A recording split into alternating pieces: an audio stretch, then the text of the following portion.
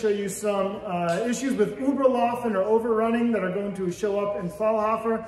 The issue really is that Uberlaufen or overrunning is not oftentimes utilized in tournaments, and so we're going to try very hard to utilize the tenet or Hauptstücke of Uberlaufen or overrunning in Fallhoffer. And here are three major ways in which we're going to do that. So first, the idea of overrunning is that my head in a Bloßfechten match would be uncovered. Now in Fallhoffer, obviously, since it's a tournament, we're going to have masks on. But we want to remember we're studying Bloßfechten sources, Bloßfechten being fencing with openings. So this is a major opening. If my sword's low, and I try to go for a lower target of Shane's, like his leg, and he goes for my head, if I even touch his leg here, this is not a double. That's the point. Shane wins with a headshot, and that's 5 points in Fallhoffer. So even if I touch his leg with my Unterhau to his leg, I didn't protect my head, 5 points for Shane. That's how that's scored. Now, the Unterhau can also come from underneath with the small, or I'm thinking of the small cuts, or the short edge cut up to his hands here, to just raise it up to his hands. If I hit his glove, yet he's hitting my head, this is not a double. Shane wins this exchange, again 5 points for Shane. So you have to be aware of your head. Just because we have fencing masks on, you can't just take the shot and hit the person in the hand and expect a double. That's the idea, that's the spirit of it. One more is up high, a neutral that's up like this. If Shane overruns over top, even if my sword here touches his hand, touches his arm, you can hear the maybe pop of the glove if it hits the hard plastic of the glove. This is not a double. He's hitting me in the head as I'm cutting an Unterhau down and hitting his hand. That's a win for Shane as well. The last part we want to emphasize with Uberlaufen is really the middle how. The middle how, especially if it comes from down here across the stomach, this is not a double either. Right, going for a lower target down here where Shane's going for my head, that's 5 points for Shane. What else do we want to talk about? The sources are very, very specific about this. They say if your opponent is attacking the lower openings, if they're attacking from below, right, anything that's down underneath, do not parry, strike to their head, hew to their head, thrust to their face, right? You shouldn't be addressing these cuts that are coming well below. And they say, because you should outreach them, right? And there are elements where we see this. Ideally, right, if we're seeing this, if Eric throws a cut to my leg and I can fence long, right, I can land the cut without him even reaching my legs here, right?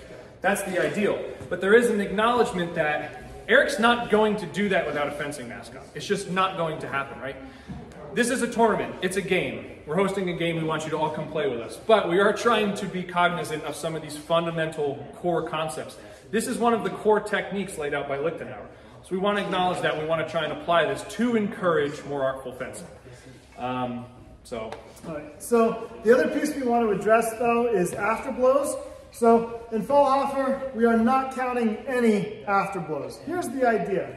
If I strike Shane, even in the hands, now let's say I strike him here, clean shot. Notice his sword's out here, I'm way off to the side. If you can see, I strike his hands and I bring my sword back. If Shane just pursues and strikes me in the head, what that actually means is we've entered a moment of fantasy.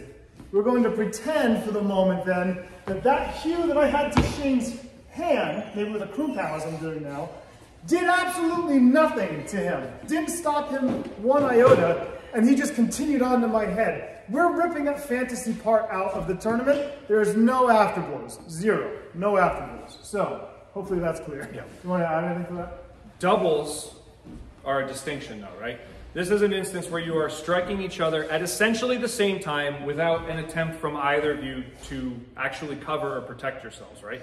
That could look like a number of things, again, with Uberlaufen being the distinction here.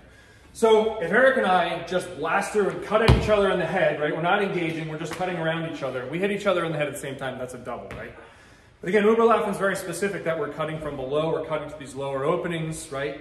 So if Eric cuts an Overhau to my head, and I'm cutting an Overhau, maybe I catch him in kind of the arm or the shoulder, but this is still a double, because this threat is still being leveraged in at Eric, right? So he needs to address that. I should have addressed this because it was coming at my head the entire time. But do you see the distinction here? If we're both attacking into these upper openings, if we're both attacking towards the same openings at the same time, there's no cover, there's no response, that's just straight up a double, right? Yeah. Yes, there's a little bit of a murky area here between, well, what's a double, what's an afterblow, what's the timing? I think most of us can probably appreciate what that is, and remember, this is a self-judged tournament, so that's for you and your fencing partner to discuss and come through.